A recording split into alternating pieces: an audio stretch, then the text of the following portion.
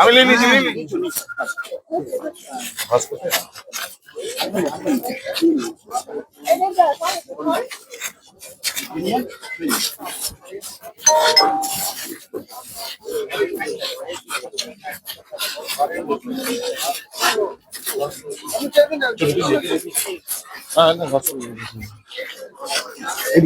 এইদিকে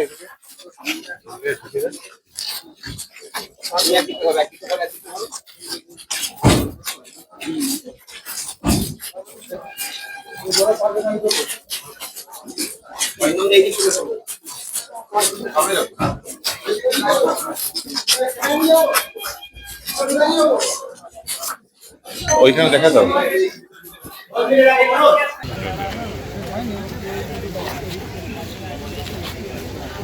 কেউ নাই তখন সবাই চলে গেছে।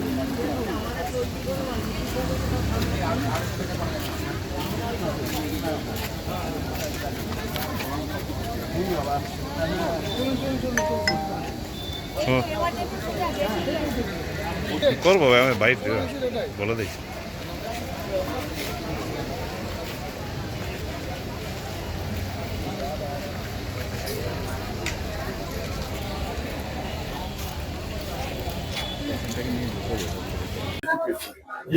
ঘটনাটা আমাদের সংগ্রামী যৌথ মঞ্চের বাঁকুড়া জেলার নেতৃত্বদের নিয়ে একটা আলোচনা সভা ছিল আমাদের এবিটি এর যে সভাঘর আছে সেই সভাঘরের ওখানে। সভা শেষ হয়ে যাওয়ার পরে আমরা যখন ওই ছট্টালের ওখানে চা এবং টিফিন করতে যাই, তখন ওখানে গিয়ে পরে চা টিফিন করার পরে আমাদের সাথে আজকে এসেছিলেন সর্বভারতীয় কর্মচারী সংগঠনের অন্যতম সভাপতি এবং সম্পাদক।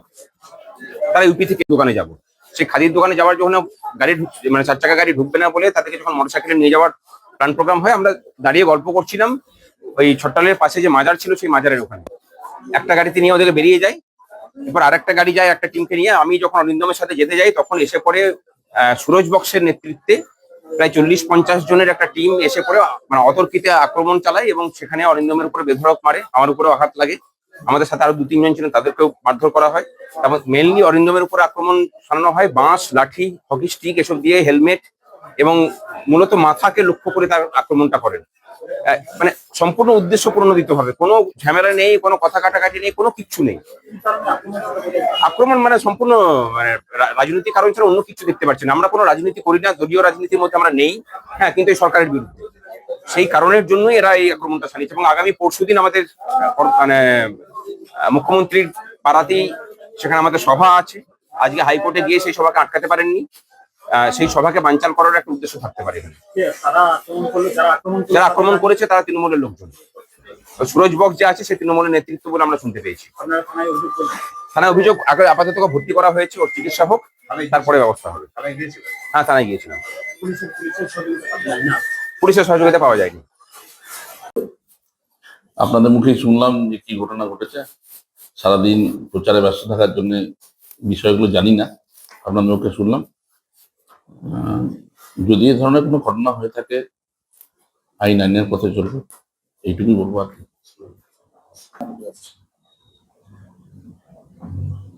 আমি তো প্রথমেই বললাম আইন আইনের পথে চলবে।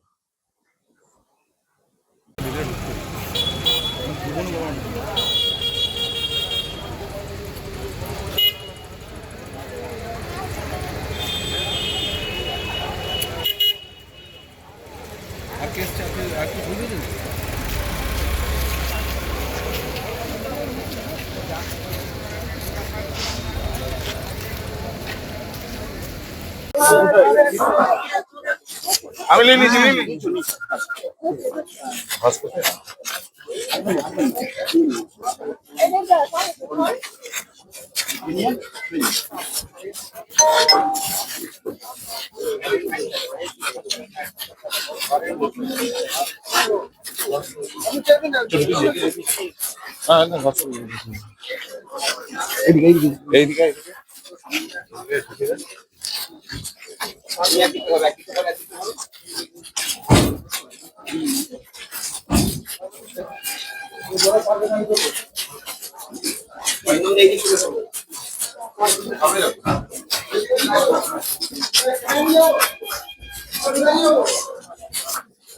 ওইখানে দেখা যাও।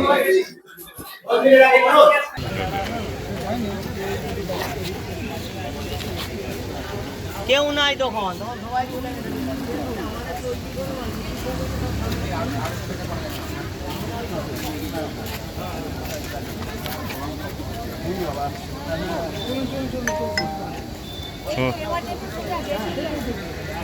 করবো ভাই, আমি বাইর বলে দিয়েছি।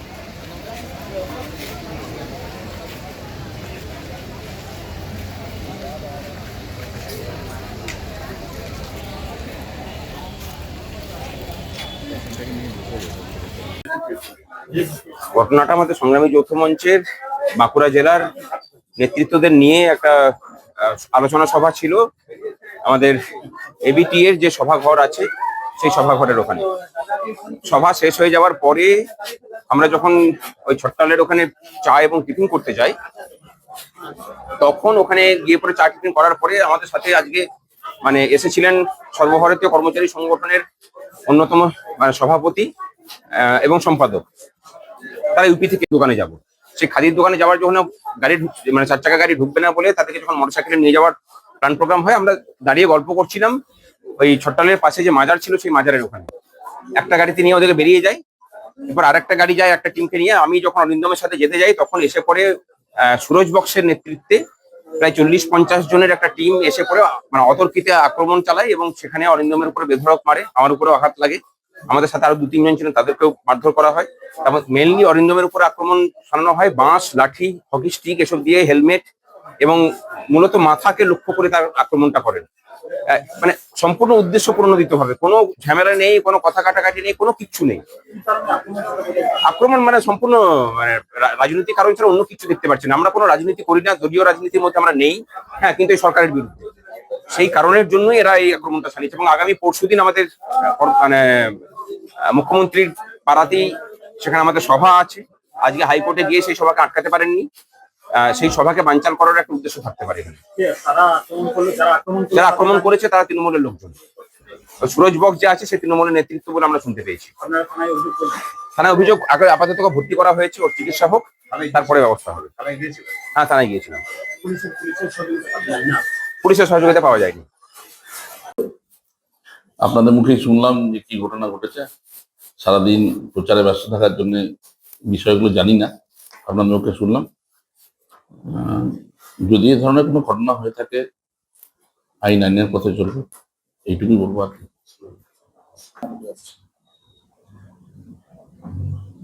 আমি তো প্রথমেই বললাম আইন আইনের পথে চলবে।